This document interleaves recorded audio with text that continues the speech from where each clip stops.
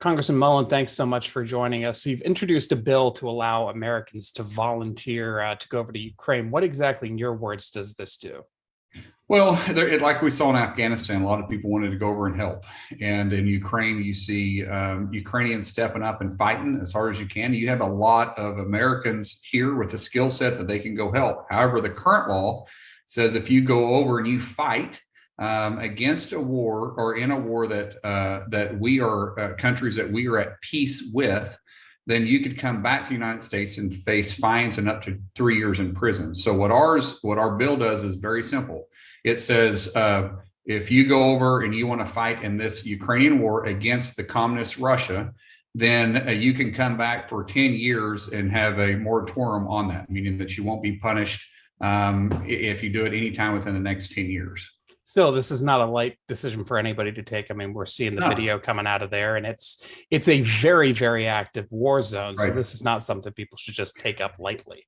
Yeah, and President Zelensky from Ukraine made it very clear that he wanted volunteers, but he wanted people with combat experience, because if you haven't been downrange before, it's really tough for you to understand what you're walking into. So this isn't something that these veterans are going to take lightly. These are veterans with experience, but they're wanting you to apply through the embassy. And so far, there's 3,000 combat veterans that have already applied through the embassy in Washington, D.C. to help Ukraine out. Is there any concern that this could be looked at by Russia as like an escalating factor of you're cheating the system and you're sending American troops in?